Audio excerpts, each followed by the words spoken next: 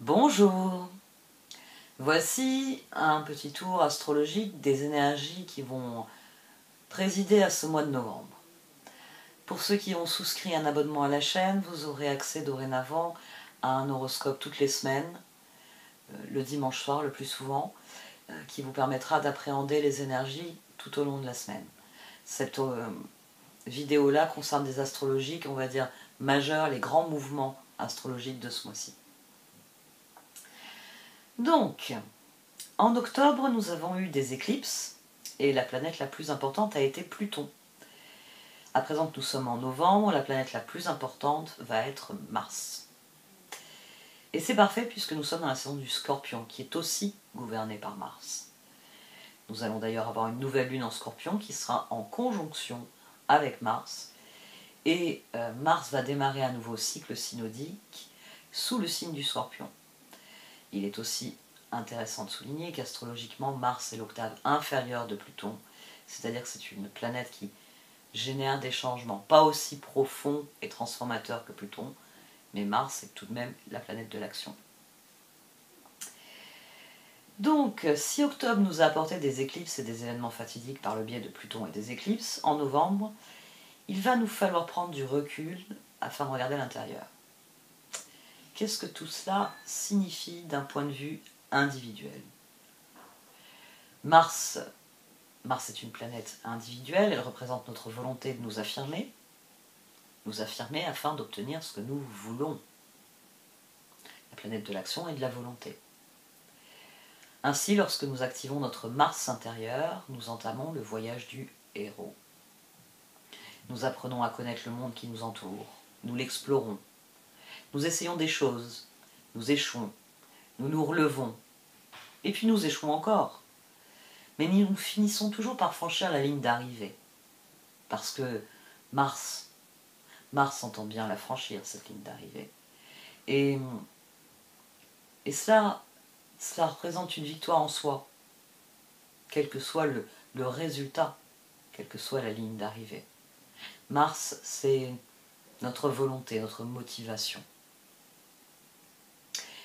Dès lors, que se passe-t-il lorsque nous n'activons pas notre Mars intérieur ? Nous nous déclarons vaincus, nous abandonnons, nous nous replions sur nous-mêmes. Mais ce n'est pas pour autant que la Terre s'arrête de tourner. Et les planètes poursuivent leur course autour du Soleil. Nous subissons dès lors les choses qui nous arrivent. Nous subissons parce que nous n'utilisons pas la force de Mars. Nous ne faisons pas face aux défis, à l'adversité que nous impose la vie. C'est pourquoi il est important de maîtriser notre Mars intérieur. Et ce mois-ci, en particulier entre la nouvelle lune dans Scorpion et la conjonction exacte du Soleil avec Mars, c'est votre chance d'entrer en contact avec votre Mars intérieur, afin de devenir le héros de votre vie durant les prochaines années. En novembre, les bonnes choses arriveront à ceux qui osent. Alors, on va jeter un coup d'œil aux événements astrologiques les plus importants du mois. Et pour commencer, le 4 novembre, Saturne redevient direct à 0 degré Poisson.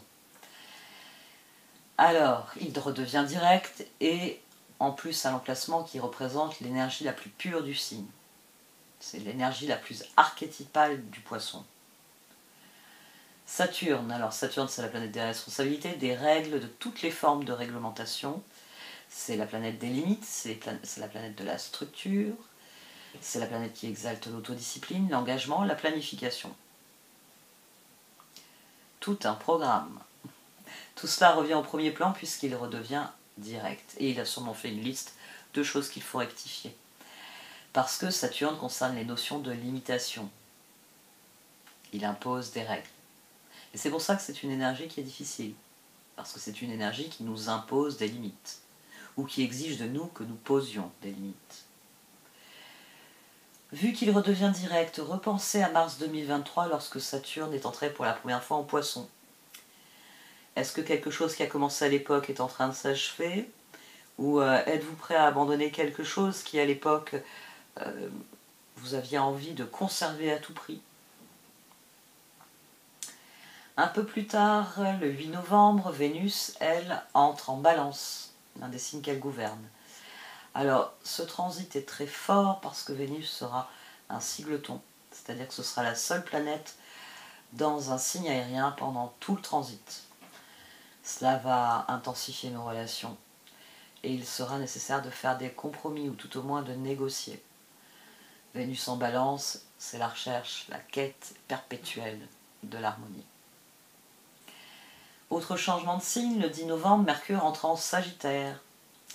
Et là, c'est un signe où il est à son détriment. Ça signifie qu'il va chercher le sens de tout cela, et durant sa recherche de vérité philosophique absolue, il va négliger des détails importants et aboutir à des conclusions qui seront quelque peu discutables, parce que Mercure en Sagittaire, dans le meilleur des cas, c'est le conteur du zodiaque. Il raconte de belles histoires. Dans le pire des cas, c'est le fanfaron du zodiaque. Il raconte de belles histoires, assorties de belles promesses, qui ne l'engagent absolument à rien. Oui, il s'engage quand il passe en Capricorne, pas quand il est en Sagittaire, Mercure. Donc, l'aspect positif de tout ça, c'est que lorsque Mercure est en Sagittaire, notre esprit devient plus imaginatif, plus explorateur. Notre communication, ben oui, je viens de le dire, elle devient plus colorée, plus engageante. Attention tout de même à ne pas faire des promesses que vous ne pourrez pas tenir. Parce qu'il y aura des gens pour vous en tenir rigueur. Donc, Mercure en Sagittaire, oui, notre perspective du monde s'élargit, nous commençons à voir le monde, et bien à travers la lunette des Sagittaires, vous savez, qui ne voient qu'en termes de possibilités et d'aventures, là-bas au loin. Mais c'est pour ça que nous pouvons devenir irréalistes, refusant de voir les faits qui sont là, devant nous, qui sont tangibles, parce que nous sommes trop préoccupés par notre quête de l'horizon. Donc attention à ne pas vous emballer, d'autant plus que Mercure sera rejoint en Sagittaire par le Soleil, il arrivera le 22, et par Mars, le 24. Mais avant cela, le 13 novembre, nous avons une nouvelle lune en Scorpion, à 20 degrés, très exactement. Je vous en reparlerai le moment venu. Mais sachez déjà que cette nouvelle lune en Scorpion est étroitement conjointe à son maître Mars. Je vous en ai parlé au tout début de cette vidéo. Donc le mantra de la nouvelle lune en Scorpion, c'est dis-moi ce que tu veux vraiment qu'on aille le chercher. Et oui, vos désirs sont la force la plus puissante de l'univers. Et vos désirs sont ce que l'univers veut qu'ils se produisent dans le monde. Donc vos désirs sont ce que l'univers veut manifester à travers vous. Avant cette nouvelle lune, prendre conscience de ce que vous voulez sera la toute première étape. La nouvelle lune en Scorpion vous offrira l'opportunité de vraiment comprendre la nature de vos désirs les plus profonds. Et c'est cette clarté qui initiera bien sans doute de nouveaux projets, un nouveau voyage co-créatif avec l'univers. Le Scorpion est aussi le signe de la guérison. C'est le signe de cette profonde transformation intérieure que l'on nomme guérison. Donc c'est le moment idéal pour cultiver, on va dire, toutes les énergies de guérison, tout ce que vous désirez guérir ou voir s'améliorer. Et enfin, Mars en Scorpion, c'est le détective, mais aussi le stratège. Donc, posez-vous des questions. Où faut-il creuser pour faire bouger les choses? Où faut-il agir pour faire bouger les choses? Mars est conjoint à cette nouvelle lune, donc plus vous serez autonome et plus vous récupérerez votre souveraineté propre. La seule inconnue durant cette lunaison, c'est pour ça que j'en parlerai sûrement encore plus longuement le moment venu, c'est que l'imprévisible Uranus se trouvera en face du Soleil, de la Lune et de Mars, en opposition. Il pourrait donc y avoir quelques surprises. Ou peut-être que vous serez celui qui prend des mesures radicales et qui se libère enfin d'une situation invivable. Je préfère souligner, alors, concernant l'opposition exacte d'Uranus avec Mars, elle aura lieu le 11 novembre, 2 jours avant la nouvelle lune. Donc, entourez ce jour en rouge dans votre calendrier, car déjà, il vaudrait mieux éviter les risques inutiles. Ne vous lancez pas dans quoi que ce soit sans regarder attentivement de quoi il retourne précisément. N'oubliez pas qu'Uranus a un chapeau très profond, plein de petits lapins. Et faites donc, j'ai envie de dire, attention à cette opposition Uranus-Mars, parce qu'elle est peut-être le moment où vous allez découvrir quelque chose de nouveau ou être appelé de manière soudaine sur quelque chose, et ce quelque chose sera ce que la nouvelle lune vous réserve. Concernant toujours Mars, le 18 novembre, le Soleil sera en conjonction exacte avec Mars à 26 degrés Scorpion. Et lorsque le Soleil est en conjonction avec Mars, Mars commence ce qu'on appelle un cycle synodique de 2 ans. C'est le voyage du héros dont je vous ai parlé en introduction. Et au cours de votre quête, quand on part dans la quête du héros, vous accomplissez tout un tas de tâches. On parle de quête parce qu'il y a cette idée de parcourir un chemin dans lequel il faut parfois accélérer, parfois ralentir, il faut parfois relever des défis. Mais c'est aussi lors d'une quête qu'on se découvre de nouvelles forces, de nouvelles ressources. C'est lors d'une quête que l'on rencontre de nouvelles personnes, que l'on découvre de nouveaux endroits. Vous n'aurez aucune idée de ce qui vous attend. C'est un nouveau cycle synodique. Il y a des risques à prendre, des dangers contre lesquels il faut se prémunir. Mais c'est parce que les obstacles vous mettront à l'épreuve tout au long du chemin. C'est un voyage où vos actions, vos décisions vous aideront à grandir, à apprendre et finalement à devenir une version plus forte, plus résiliente de vous-même. Nous avons une conjonction de ce type, Soleil-Mars, tous les 2 ans. Nous avons donc en moyenne 40 fois ce transit Soleil-Mars au cours de notre vie. C'est autant d'occasions de recommencer, de réessayer, de refaire certaines choses. Chaque voyage nous en apprend un peu plus sur nous-mêmes, sur le monde dans lequel nous vivons et comment nous pouvons nous y inscrire, comment nous pouvons nous définir dans tout cela. Donc chaque conjonction Soleil-Mars s'accompagne d'un choix. Vous en êtes ou pas? C'est tout. Et peut-être qu'il est intéressant de réfléchir au nombre de voyages que vous avez refusés par le passé. Qu'allez-vous faire cette fois? Rester dans votre zone de confort, oui, ça a ses avantages, c'est confortable. Mais c'est un peu ennuyeux.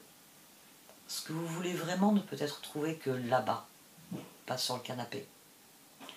Il y a quelque chose dans la nature du désir qui nous demande de le rechercher au-delà des limites de notre environnement familier.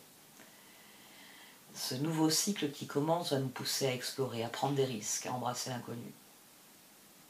Faites ce voyage. Moi, je sais qu'il me tente beaucoup. Et en parlant de voyage, le 24 novembre 2023, Mars entre en Sagittaire.